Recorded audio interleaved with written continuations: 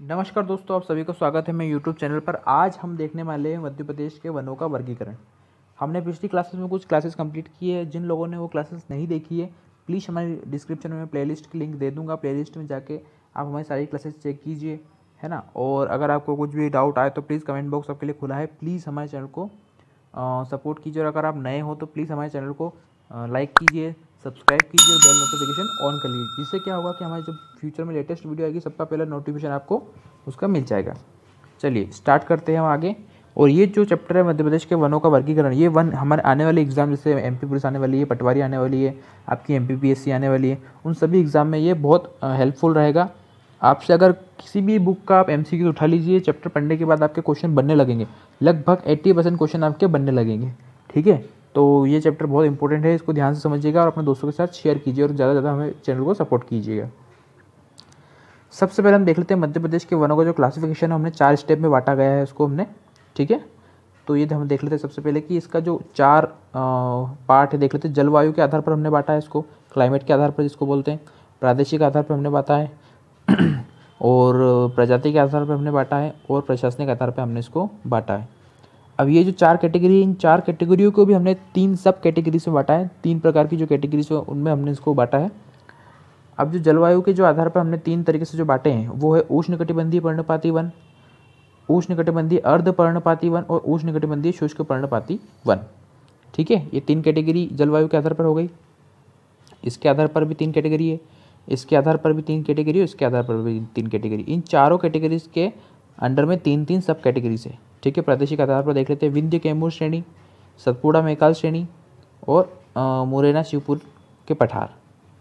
ठीक है, अब प्रजाति के आधार पर देख लेते हैं साल, सागौन और मिश्रित वन। प्रशासनिक आधार पर देख लेते हैं संरक्षित, आरक्षित और अवर्गीकृत। अब इन सभी को, ये जो चारों कैटेगरी है, इनको हम नीचे डिटेल में डिस्कस करेंगे, समझेंगे और इनके कुछ एग्जांपल्स देखेंगे। चलिए देखते हैं। सबसे पहले आप देखिए जलवायु के आधार पर, है ना, जो क्लाइमेट के आधार पर हमने देखा था, उसके लिए मैंने आपको एक मैप से समझाया है। मैंने अपने नोट्स में से एक फ़ोटो क्लिक की है आपके लिए, ताकि आपको किसी बुक में आपको ज़रूर बता देंगे कि ये वो शुष्क वन यहाँ पाए जाते हैं, जिलों में पाए जाते हैं, है ना, मध्य प्रदेश के पूर्वी भागों में पाए जाते हैं। वो सब तो मैंने नीचे लिखा हुआ है, बाकी आपको मैप से भी मैंने समझाया है, ताकि आपके इमेज में, आपके माइंड में एक इमेज बन जाए, अनकॉन्शियस माइंड में एक इमेज बैठ जाए। जब भी आप सोचो, थोड़ा सा कोशिश करोगे सोचने की, याद करने की, तो ये मैप आपको दिखने लगेगा।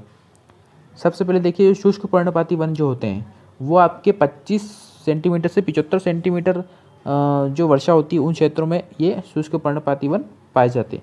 ये शुष्क पर्णपाती, अर्ध पर्णपाती और पर्णपाती वन, ये सब क्या होते हैं, सब मैं डिटेल में आपको नीचे अभी पढ़ाऊँगा। मैप समझ लीजिए मेरे साथ में। 100 सेंटीमीटर से 150 सेंटीमीटर की तक वर्षा जहाँ पर होती है वहाँ अर्ध पर्णपाती वन आपके पाए जाते हैं। 75 से 100 सेंटीमीटर तक वर्षा होती है जिन इलाकों में, वहाँ पर्णपाती वन आपके पाए जाते हैं। देख लिया आप लोगों ने। मैप से मैंने इसलिए समझा था कि जिन बच्चों ने मैप रीडिंग की है, कौन सा जिला कहाँ पर आता है, मैप की जो पूरी रीडिंग जिनको आती है, वो ये मैप देख के ये भी पता कर लेंगे कि किन क्षेत्रों में ये वन पाए जाते हैं, किन क्षेत्रों में ये वन नहीं पाए जाते। ठीक है, इसलिए मैंने आपको मैप से पढ़ाया है। मैप से पढ़ाने का उद्देश्य मेरा यही था। इस प्रकार के वन क्षेत्र में वर्षा 25 से 75 सेंटीमीटर तक होती है ना। ये जो क्षेत्र होते हैं इनमें 25 से 75 सेंटीमीटर तक वर्षा आपकी होती है, मतलब कम वर्षा वाले क्षेत्र हैं ये। पानी के अभाव के कारण पत्तियों का गिरने के साथ साथ कटीले वन भी होते हैं। या जो पानी के जो अभाव होता है ना, उसके साथ साथ जो पत्तियाँ जो गिरती है वन की, उस प्रकार के यहाँ वन पाए जाते हैं। और जो कटीले वन होते हैं, जैसे कि आपका बबूल का पेड़, नागफनी का पेड़, कैक्टस वगैरह, ये सब यहाँ पर पाए जाते हैं। इसका विस्तार जो है, इसका विस्तार किन किन क्षेत्रों में, श्योपुर, शिवपुरी, नीमच, राजगढ़, अशोकनगर आदि जिलों में पाए जाते हैं, है ना। जब मैंने मैप में बताया था आपको ऊपर के जिले थे, तो ये ऊपर के जिले हैं। श्योपुर ऊपर का, अशोकनगर ऊपर का, शिवपुरी ऊपर का, राजगढ़ ऊपर का, है ना। और ऐसा नहीं कि ये वन इन्हीं जिलों में पाए जाते हैं, वन सभी जगह हैं। ये जो पेड़ हैं, ये उष्णकटिबंधीय पर्णपाती जो वन है, शुष्क पर्णपाती जो वन है, ये मध्य प्रदेश के सभी जिलों में पाए जाते हैं, पर मुख्यतः इन जिलों में ज़्यादा पाए जाते हैं। ठीक है, और जिले इतना कोई खास नहीं है। किसी भी एग्जाम में जिले के बारे में इतना डिटेल में नहीं पूछते, कौन से जिले में ये पाए जाते हैं कि नहीं पाए जाते हैं, ये वन पाया जाता है, साल सागौन किस जिले में पाया जाता है, ऐसा कुछ नहीं है। बस ये वन तो आपको एक मतलब एक आइडिया देने के लिए मैंने बताया है कि ये इन्हीं जिलों में पाए जाते हैं। एमपीपीएससी मेंस में जरूर इसके बारे में थोड़ा बहुत डीप में पूछ लेंगे, बाकी ऐसे तो किसी एग्जाम में आज तक नहीं पूछा है जिलों के बारे में। ठीक है, तो जिलों को इतना लोड मत लेना, तो मैंने आपको थोड़ा सा समझाया है। हाँ, अब उदाहरण के लिए कुछ हम पेड़ पौधे देख लेते हैं। उदाहरण कौन कौन से पेड़ पौधे इसमें आते हैं? बबूल, कीकर का पेड़, पलाश का पेड़, नागफनी का पेड़, कैक्टस वगैरह एक्सेट्रा इसमें आते हैं। उष्णकटिबंधीय पर्णपाती वन, नेक्स्ट कैटेगरी है उष्णकटिबंधीय पर्णपाती वन। अब यहाँ पर क्या है, शुष्क वन थे जिनमें पत्ते ही होते थे। क्यों? क्योंकि जब पानी की वहाँ पर कमी है तो पेड़ अपनी पूर्ति करेगा कि पत्तियों की पूर्ति करेगा, इसलिए जो पेड़ है वो पत्तियों को गिरा देता था। ठीक है, इसलिए उनको शुष्क वन कहा जाता था। अब ये क्या है, ये पत्तियों को गिराता है पर ये पुनः उनको पत्तियां उगा भी देता है ये पेड़, क्योंकि इसमें पानी की कमी इतनी नहीं है पर इतनी नहीं है। तो इन क्षेत्रों में वर्षा 75 से 100 सेंटीमीटर तक होती है, मतलब एवरेज वर्षा होती है। इन क्षेत्रों में पाए जाने वाले जो वन है वो पानी के अभाव के कारण पत्तियां गिरा देते हैं पर पुनः पत्तियां आ जाती हैं उनके अंदर। समझ गए क्यों आ जाती है? क्योंकि पानी जब अधिकता हो जाती है तो वापस से पत्तियां उगना शुरू हो जाती है। आपने देखा होगा पतझड़ में नीम वगैरह के जो पत्ते चढ़ते हैं, हमारे घर के सामने पत्ते गिर जाते हैं नीचे, वापस से बारिश के बाद आ जाते हैं, है ना। इस प्रकार इसका विस्तार किस किस जिलों में हुआ है? सागर, जबलपुर, छतरपुर, पन्ना, होशंगाबाद, बैतूल, सिवनी, छिंदवाड़ा, है ना। पूर्वी मतलब पूर्वी बोल सकते हैं हम। नेक्स्ट देखिए, उष्णकटिबंधीय, ये पर्णपाती नहीं है, यहाँ पे क्या आएगा? अर्ध पर्णपाती, है ना। मैं लिखना भूल गया हूँ यहाँ पर, तो टाइपिंग मिस्टेक हो गई। ये अर्ध पर्णपाती वन, अर्ध है ये जो उष्णकटिबंधीय अर्ध पर्णपाती वन, ये 8.97% मध्य प्रदेश में पाए जाते हैं। जो मध्य प्रदेश का जो टोटल वन का जो हिस्सा है, मध्य प्रदेश का लैंड जो है पूरा, उसमें 30% वन पाए जाते हैं अपने, है ना। 308,252 का जो पूरा एरिया 100%, उसमें 30% आपके वन पाए जाते हैं, 30 समथिंग के। उन 30 जो वन वाला जितना जो 100% एरिया है, उसमें 8.97% आपके उष्णकटिबंधीय अर्ध पर्णपाती वन पाए जाते हैं। ठीक है, मैंने ऊपर शायद बताया नहीं आपको परसेंटेज। बाकी सबसे ज़्यादा जो वन पाए जाते हैं वो है उष्णकटिबंधीय पर्णपाती वन। उष्णकटिबंधीय पर्णपाती वन मध्य प्रदेश में सबसे ज़्यादा है। इस कैटेगरी के वन सबसे ज़्यादा मध्य प्रदेश में है ना। नेक्स्ट नीचे देख लेते हैं, हम यहाँ देख रहे थे उष्णकटिबंधीय पर्णपाती जो वन है, अर्ध पर्णपाती सॉरी, है ना, ये अर्ध आएगा, है ना। तो ये जो वन है 8.97% है। ऐसे क्षेत्र जहाँ 100 से 150 सेंटीमीटर वर्षा होती है, वर्षा इनके बीच में होती है, मतलब वर्षा काफ़ी अच्छी होती है, मतलब भरपूर वर्षा होती है, पानी की कोई कमी नहीं रहती है। इन क्षेत्रों में पाए जाने वाले पेड़ पौधे कुछ पत्तियाँ गिरा देते हैं, कुछ पत्तियाँ बच जाती है। वो टोटल पूरी पत्तियाँ नहीं गिराते, कुछ पत्तियाँ गिर जाती है, वो नहीं आ जाती है, फिर जो पुरानी होती है वो गिर जाती है, मतलब टोटल पत्तियाँ नहीं गिराता। जैसे कि जामुन का पेड़ देखा होगा आपने, कुछ कुछ पत्तियाँ गिराता है, कुछ कुछ पत्तियाँ वो रख लेता है। इसका विस्तार देख लीजिए, मंडला, डिंडोरी, शहडोल, उमरिया, सीधी, कटनी आदि जिलों में इसका विस्तार है। उदाहरण के लिए हम देख लेते हैं, कुछ पेड़ पौधे नीचे देख लेते हैं। जामुन का है, साल का है ना। साल इसमें आ रहा है और सागौन इसके ऊपर वाले कैटेगरी में आया था, आपने देखा होगा। तो महुआ है, ये सब इसके कैटेगरी में आते हैं। प्रजाति के आधार पर हमने थर्ड कैटेगरी जो देखी थी अभी, जो वन ऑफ क्लासिफिकेशन देखा था ऊपर टेबल में सबसे पहले, उसमें थर्ड कैटेगरी जो थी वो थी प्रजाति के आधार पर वन। अब जो प्रजाति के आधार पर वन है, इसमें ज़्यादा डिटेल को समझाने लायक है नहीं, इसलिए मैंने मैप बना दिया है। मैप में आप देख लीजिए, साल का जो एरिया है, साल वृक्ष आपके पूर्वी क्षेत्र में ज़्यादा पाया जाता है ना। 16.54%, मतलब वनों का जो 100% है उसमें 16.54% क्या पाया जाता है? साल पाया जाता है। सागौन जो है आपका दक्षिणी अपने नीचे वाले एरिया में पाया जाता है मध्य प्रदेश के, तो ये 70.88% पाया जाता है। और जो बचा है हिस्सा है जो मिश्रित वन है, ये आपके ऊपर वाले इस क्षेत्रों में पाया जाता है, मिश्रित वन पाए जाते हैं। सबसे ज़्यादा मिश्रित वन ही है अपने मध्य प्रदेश में। और 2-3 फैक्ट मैं आपको और बता देता हूँ। मध्य प्रदेश में एवरग्रीन फॉरेस्ट, सदा हरित वन मध्य प्रदेश में बिल्कुल नहीं है। ठीक है, और जैसे फैक्ट आते जाएंगे याद, मैं आपको बताते जाऊँगा, आप उनको नोट करते जाना है ना बुक में। शासकीय आधार पर देख लेते हैं। शासकीय आधार पर जो 4th कैटेगरी है, उसके आधार पर हम देख लेते हैं वनों का वर्गीकरण। आरक्षित वन जो मध्य प्रदेश में कितने हैं? सबसे ज़्यादा आरक्षित वन है ना, जिनको आरक्षण सरकार द्वारा प्राप्त है, वो सबसे ज़्यादा है मध्य प्रदेश में, 65.36%।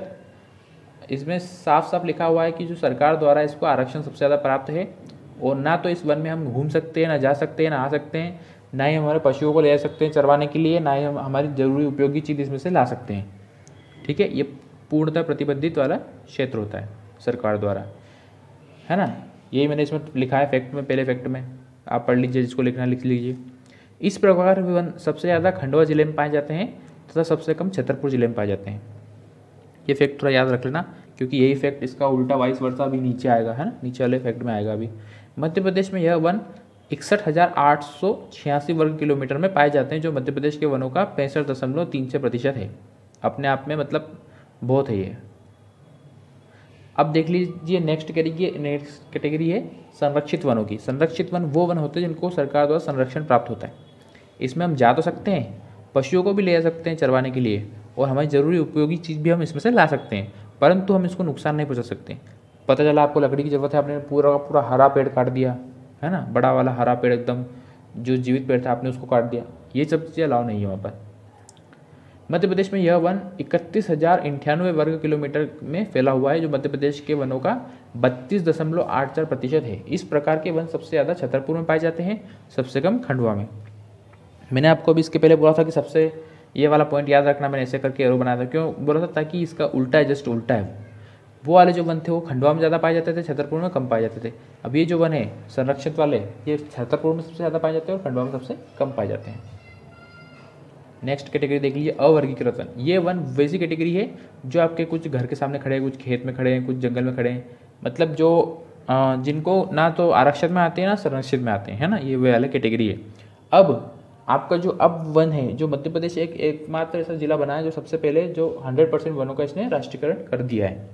अब तो सभी सरकार के अंडर में है, पेड़ आपके घर के सामने जो खड़ा है वो पेड़ भी सरकार के अंडर में है ना, तो अब आप बिना परमिशन से पेड़ को नहीं काट सकते, है ना, तो ये फैक्ट भी आप लिख लीजिए, इसमें कुछ नहीं समझाने लायक। मध्य प्रदेश के प्रमुख पेड़ जो मध्य प्रदेश में प्रमुख रूप से पाए जाते हैं वो हम पेड़ देख लेते हैं कौन कौन से हैं। तेंदुपत्ता। तेंदुपत्ता एक ऐसा पेड़ है जिससे बीड़ी बनाई जाती है। बीड़ी हम जो पीते हैं वो बीड़ी बनाई जाती है, बहुत सारे लोगों ने पी भी होगी बीड़ी, तो तेंदुपत्ते के जो पेड़ है उसी की पत्ती की बनती है। ये जो मुरैना है, भिंड वाला जिला है, भिंड को जिला छोड़कर मध्य प्रदेश के सभी क्षेत्रों में पाया जाता है ये तेंदुपत्ता पेड़, ठीक है। मुख्यतः सागर, जबलपुर, रीवा, शहडोल, टीकमगढ़ आदि जिलों में यह पाया जाता है। मध्य प्रदेश में तेंदुपत्ता का उत्पादन 7% होता है। 60% मतलब पूरे भारत का 60% मध्य प्रदेश में होता है। काफ़ी अच्छी बात है, बड़ी बात है। 260 बीडीओ बनाने का कारखाना है ना, बीडी है ये, ना कि वीडी। बीडी जो बीडी पीने वाली है ना, वो 260 कारखाने मध्य प्रदेश में। अब खेर वृक्ष देख लेते हैं। खेर वृक्ष की भी अपने आप में एक बहुत महत्वपूर्णता है। खेर वृक्ष की जो लकड़ी होती है कत्था बनाने के काम आती है। जो कत्था हम पान खाते हैं, जो उस पर लाल लाल लगाते हैं, सबसे पहले एक लेयर लगाती है लाल कलर की, वो कत्था होता है। वो कत्था खेर वृक्ष से बनता है। इसका प्रयोग चर्म शोधन, चमड़े को साफ करने में, है ना, जो चमड़ा जो होता है वो ज़्यादा दिन तक खराब ना हो, उसको साफ रखा जाए, स्वच्छ रखा जाए, इसलिए उसका प्रयोग होता है। यह पाचन तंत्र के लिए भी अच्छा होता है। मुख्यतः जबलपुर, सागर, दमोह, उमरिया, होशंगाबाद जिले से ये प्राप्त होता है। महुआ तो बहुत लोग जानते होंगे, महुआ का जो पेड़ है, इसमें जो फल लगते हैं ये शराब और औषधीय बनाने में काम आता है। शराब के उपयोगी के लिए बहुत उपयोगी है, शराब बनाने के लिए, और औषधि बनाने के लिए भी उपयोगी है। ये मुख्यतः पूर्वी जिलों में, मतलब मध्य प्रदेश के पूर्वी जिलों में ये पाया जाता है। नेक्स्ट देखिए बांस की जो लकड़ियाँ होती है बहुत उपयोगी होती है, बहुउपयोगी चीज़ है बांस। कुछ भी आप इसका बना सकते हो, बहुत लचीली लकड़ी होती है ना। तो ये 75 सेंटीमीटर से ज़्यादा वर्षा होने वाले क्षेत्रों में पाई जाती है। जहाँ पर 75 सेंटीमीटर से ज़्यादा वर्षा होती है उन क्षेत्रों में पाई जाती है। ज़्यादा से ज़्यादा नदियों के किनारे जहाँ पर पानी अच्छा पर्याप्त मात्रा में होता है वहाँ पर ये बांस पाए जाते हैं, ठीक है। मुख्यतः बालाघाट, बैतूल, जबलपुर, मंडला, सिवनी, भोपाल एवं नदियों के किनारे पाए जाते हैं। चलिए नेक्स्ट देख लेते हैं हम। जो लाख है, लाख जो पेड़ है वो आपका पलाश तथा अरहर के वृक्षों से, बेर, पलाश तथा अरहर के वृक्षों से बनाई जाती है। जो लाख जो लाख अपनी चूड़ियों वगैरह हम देखिए घर की लेडीज जो चूड़ियाँ पहनती हैं उनमें हीरे लगे होते हैं और कुछ डिज़ाइन डली होती है, और जो सोने की चूड़ियाँ होती है, चूड़ियाँ उनको मजबूती देने के लिए ताकि टूटे ना, उनको लाख का प्रयोग उनमें किया जाता है। मध्य प्रदेश में सरकारी कारखाना जो लाख बनाने का है वो कहाँ पर है, उमरिया में है। ये फैक्ट आप याद रखना। अब जो मध्य प्रदेश के जो वनों संबंधित महत्वपूर्ण तथ्य मैं आपको बता देता हूँ यहाँ पर कुछ। मध्य प्रदेश में 30.72% मतलब 94,689 वर्ग किलोमीटर वन यहाँ पर मध्य प्रदेश में पाए जाते हैं, जो भारत का 12.4% है। 2013 की रिपोर्ट के अनुसार जो पूरे भारत के जो 100% वन है उसका 12% मध्य प्रदेश का योगदान है, ठीक है, जो काफ़ी अच्छा है। और जो 100% राष्ट्रीयकरण हुआ है मध्य प्रदेश के वनों का, उसके बाद जो प्रतिशत बढ़ के 30.72 हो चुका है। मध्य प्रदेश में 30.72% वन है, ठीक है। अच्छी बात है, काफ़ी अच्छी बात है मध्य प्रदेश के लिए। मध्य प्रदेश में पहली वन नीति 1952 में लागू हुई थी। जो पहली वन नीति आई थी आपकी 1952 में आई थी ये, और अभी जो वर्तमान में जो चल रही है 4 अप्रैल 2005 की चल रही है, ठीक है। मध्य प्रदेश में वनों का राष्ट्रीयकरण 1970 में प्रारंभ हुआ था। 1970 में मध्य प्रदेश का जो वनों का राष्ट्रीयकरण हुआ था वो 1970 से प्रारंभ हुआ था, और सबसे पहले 1964 में तेंदुपत्ती का राष्ट्रीयकरण हो चुका था उसके पहले, ठीक है। मध्य प्रदेश में तेंदुपत्ते का सर्वाधिक उत्पादन जो होता है वो देश के कुल उत्पादन का 60% होता है।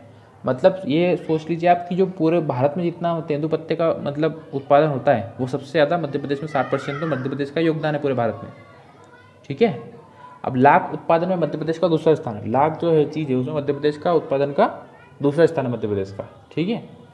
इस वीडियो में खाली इतना ही था, और अगर हुआ तो एक दो वीडियोस में आपकी और बना दूंगा वन पे, अगर और कुछ फैक्ट हुए तो मैं देखूंगा पहले। ठीक है। वीडियो ज़्यादा लंबी ना हो जाए इसलिए मैंने आपको मेन फैक्ट पढ़ा दिए हैं। आपकी आने वाले एग्जाम में काफ़ी अच्छा सपोर्ट करेगी। अगर आपको हमारी वीडियो अच्छी लगी तो प्लीज़ हमारे वीडियोज़ को सपोर्ट कीजिए, ज़्यादा से ज़्यादा शेयर कीजिए अपने दोस्तों के साथ। वीडियो को पूरा देखिए और कमेंट बॉक्स है ही से आपके लिए। प्लीज़ हमें वीडियो को सपोर्ट कीजिए ज़्यादा से ज़्यादा। जय हिंद।